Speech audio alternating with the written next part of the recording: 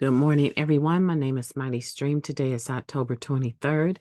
I'm going to do your spiritual principle day in a meditation for you, brought to you by Hope Through Navigation. This is our H.O.D Recovery Services. If you need to reach me, feel free to do so at recoveryofhope21@gmail.com. All right, let's go ahead and get into our meditation. I'm looking forward to picking up my copy of this meditation today at area. Let's see, October 23rd, expressing our autonomy with integrity. Autonomy allows us to express who we are with integrity and to carry a message, the truth of our own experience in our own way. That's beautiful. Autonomy allows us to express who we are with integrity and to carry a message, the truth of our own experience in our own way. Guiding principles, tradition 4, opening reflection. The autonomy spoken of in tradition 4 has a strong appeal to many of us in NA. We are people who tend to put a pretty high value on self-determination.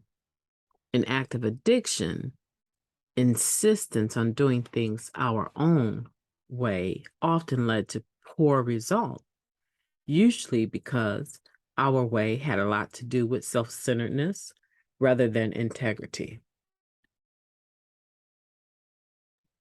In recovery, autonomy becomes an asset rather than a liability. As our basic text puts it, our real value is in being ourselves. It's the second half of tradition 4 that keeps us on track, except in matters affecting other groups or NA as a whole.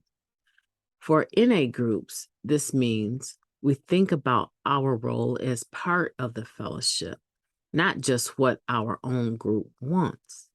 As individual recovering addicts, we balance our right to do as we please with our responsibilities to those around us. Family, friends, the fellowship, and society. One way we begin to learn that balance is in how we share in the meetings. I like that. One way we begin to learn that balance is how we share in the meetings. This is going to be good. As a newcomer, my sharing was super aggressive and put some people on edge. A member wrote, my justification was, hey, this is who I am.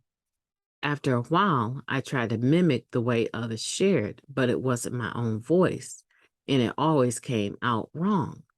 Eventually, I got comfortable being me while also thinking about the feelings of those around me. I finally started to connect. If any group of people can sniff out a fake, it's addicts. Authenticity is a message that lasts, whether it comes in the form of a riveting performance or an understated, soft-spoken share. Whether we're trying to reach a still suffering addict or save our own life, we try to strike the right balance between autonomy and responsibility, freedom and self-control, self-determination and connection. Being autonomous doesn't mean disregarding those around me. I will practice balancing personal freedom with social responsibility. I like this meditation. I feel like it is a soft check for individuals that might come into the meeting and, that might come into the meeting and be so aggressive in their shares that it is startling, causing anxiety for some. And I self-admitting, I would have to say my shares have a tendency to lean more towards high energy than low energy, even though there are times when it shares very low energy. It just depends on the topic. It depends on who is in the meeting. For me, I'm talking about for me, how I can see this principle needing some work in my own life and in my own shares. I think it's important to understand that when we're talking about accepted matters affecting other groups or NA as a whole, we're actually talking about the group, but the groups are made of individuals. So I don't want you to be confused in the first paragraph how it flings from one end of the pendulum talking about the group, and then it swings over to the other pendulum and talks about, in the second paragraph, rather, as individual recovering addicts, we balance our right to do so as we please with our responsibility to those around us, family, friends, the fellowship, and society.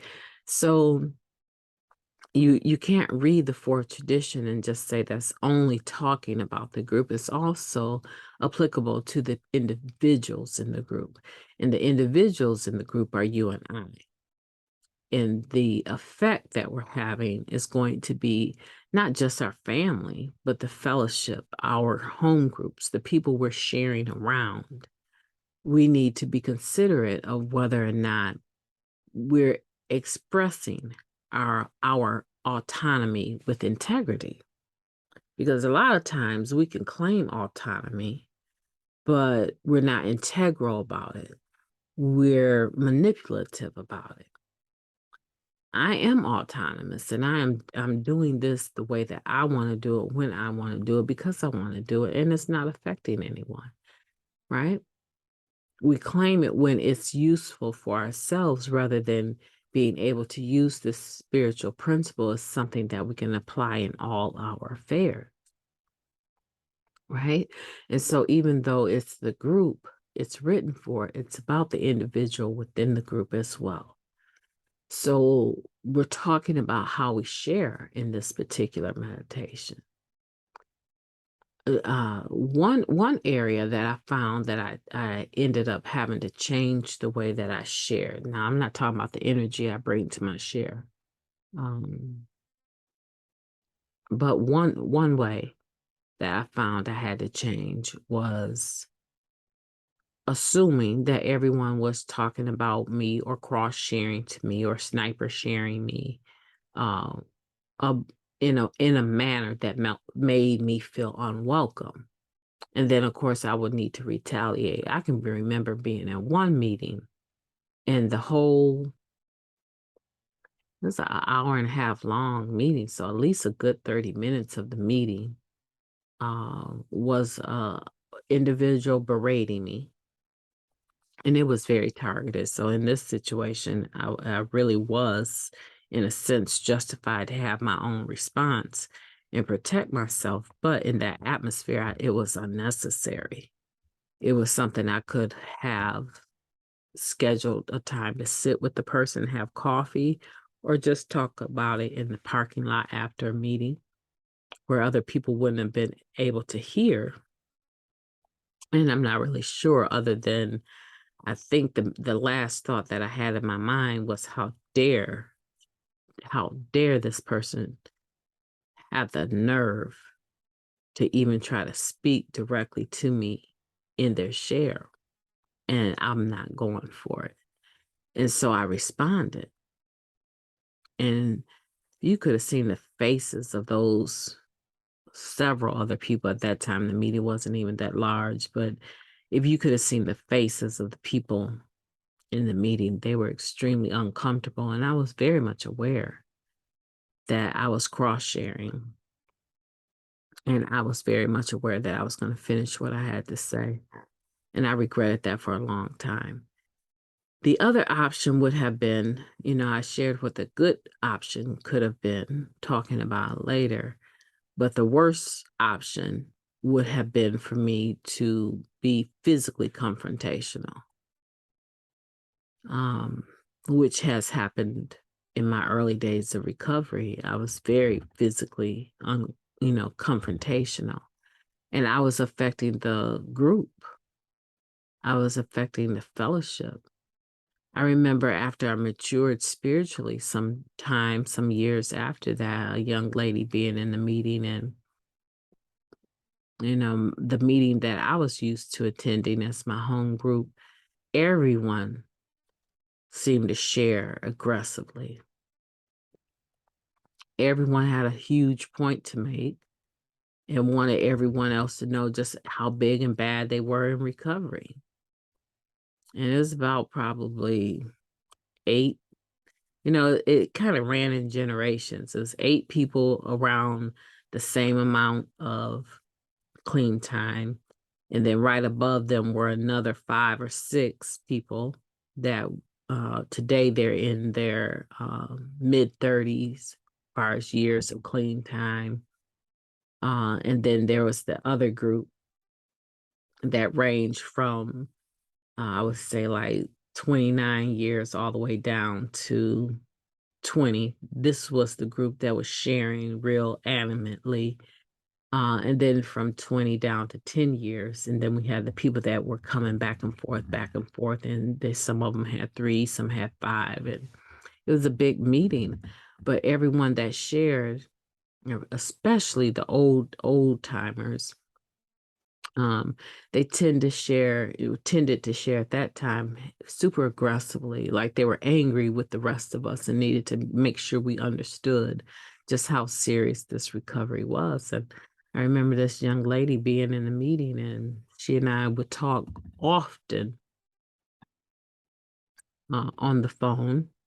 I was not sponsoring her. She had her own sponsor, but we were just comfortable conversating. And I remember talking to her later after that particular meeting, and she just said, "I'm so sick of malicious shares." And I was like, huh?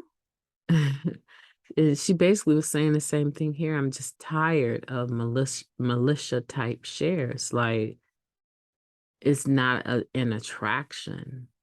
Trying to scare me into staying clean is not an attraction. My life is bad enough with the fact that I keep relapsing, trying to scare me into staying clean.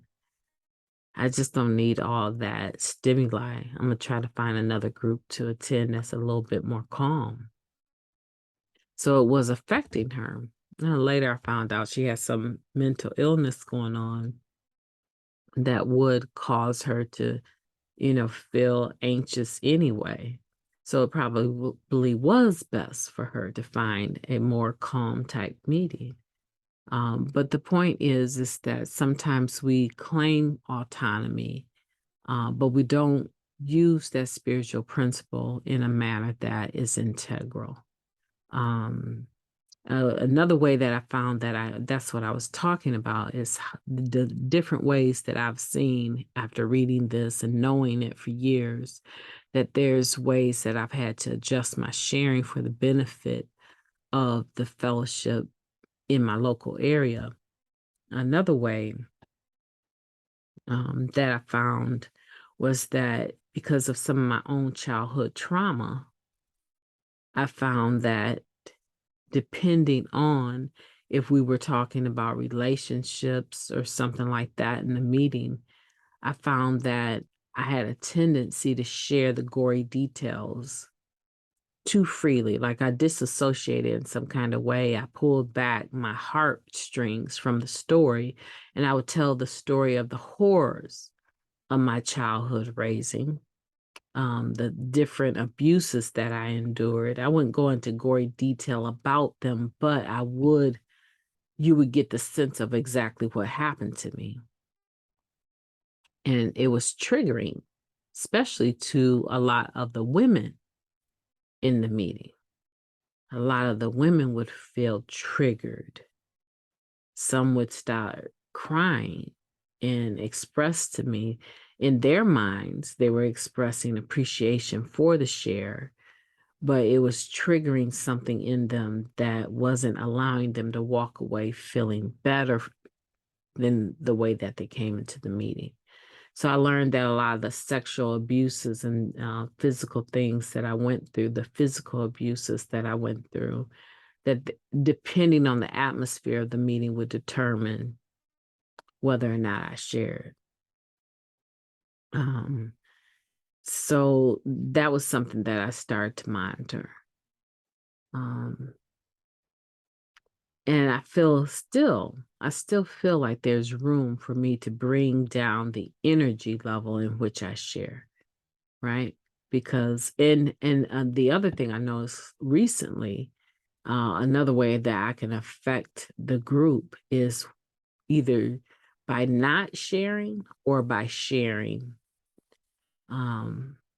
So sharing too late in the meeting is what I'm saying, because a lot of times I sit back and listen, and I'm listening intently, but oftentimes I find myself trying to get up the courage to share on the topic.